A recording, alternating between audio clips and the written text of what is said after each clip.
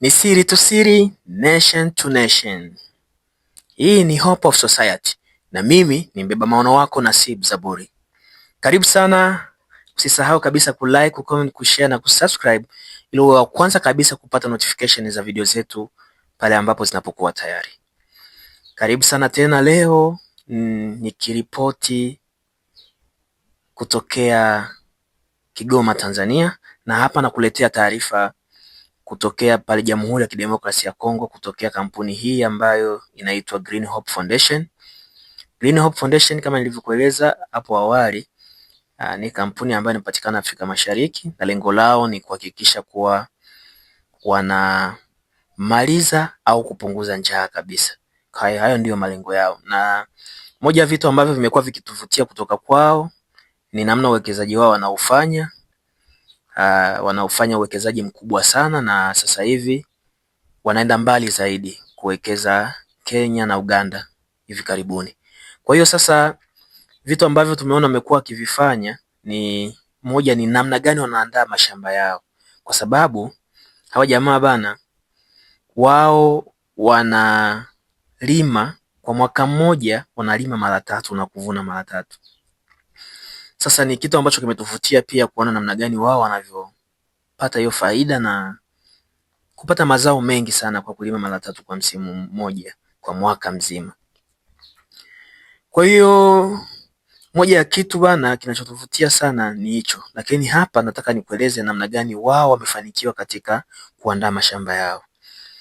Moja ya kitu nachotaka kukuambia, watu wengi huchukua, baada ya kufanya mavuno yao, wao huchukua majani na uchafu kutupa kwa ni uchafu. Lakini bana, kitu kinachosababisha jamaa wafanikiwe zaidi, wanachukulia kile ambacho baada ya mavuno kumbe sio uchafu, wanachukulia kama ni vitu ambavyo vitawasaidia ili kulinda kivuli.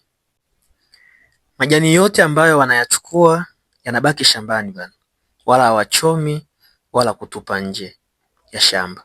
Kwa hiyo hichi ni kitu cha kwanza ambacho natakiwa nikuelekeze, ama tumejifunza kutokea kwa Green Hope Foundation. Wanachokifanya wao, majani yote yale wanaweka humo shambani. Unajua ni kwa sababu gani wao wamekuwa wamefanikiwa kwa hili? Wanasema kwamba mmea unapoanza kuchipuka hauhitaji sana jua kali.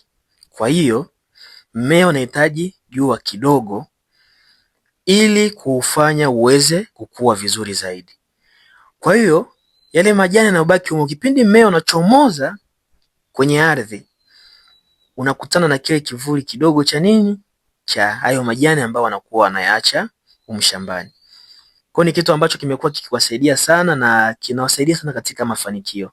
Lakini pia upandaji ni upi?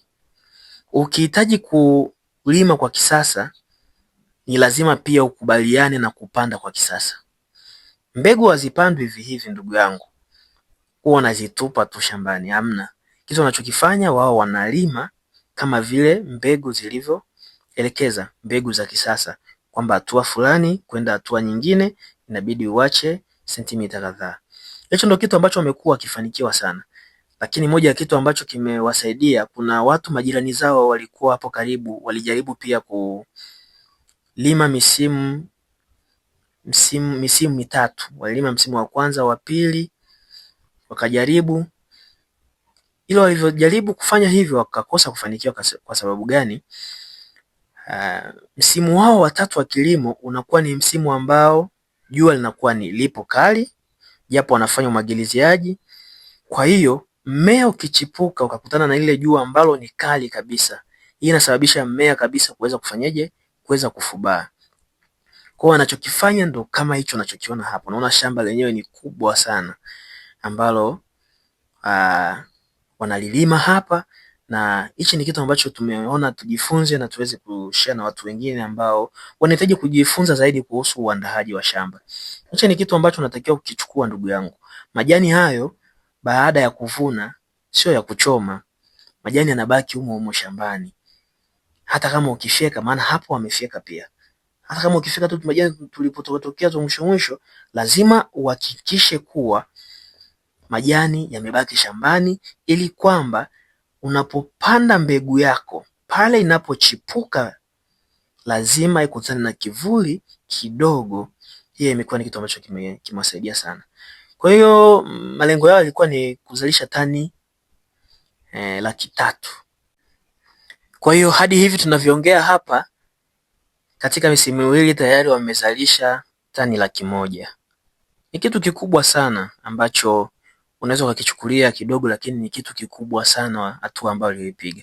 Lakini hatujui kama watafikia kwenye kiwango gani mwaka huu, kwa sababu ukiona hapo maandalizi yanayofanyika hapo ni maandalizi ya kilimo cha msimu wa 3 kwa ndani ya mwaka mmoja. Kwa hiyo wanamalizia msimu huu.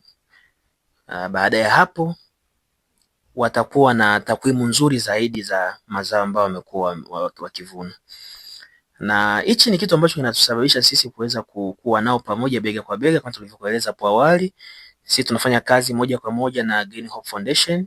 Sisi ni Hope of Society kutokea Tanzania. Tumepata huo muunganiko wa kufanya kazi na Green Hope Foundation katika kuhakikisha tunasimamia kazi zao Afrika Mashariki. Na moja ya kitu tunachokisubiri zaidi, kile ambacho wanachokifanya Jamhuri ya Kidemokrasia ya Kongo, sisi tunasubiri sana, tuna hamu sana na sisi pia kifike kwetu, na kishafika hapa na sisi tutafanya vizuri sana kama vile ambavyo wamekuwa wakifanya.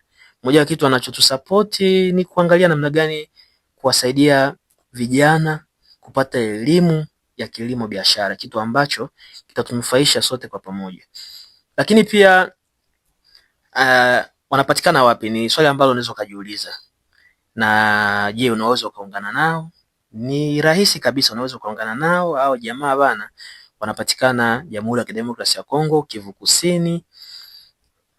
Kusini tarafani Fizi, au huko ndo wanapopatikana. Kwa hiyo ukihitaji kuungana nao, namba zao zipo hapo, unaweza ukatafuta kwa njia ya WhatsApp.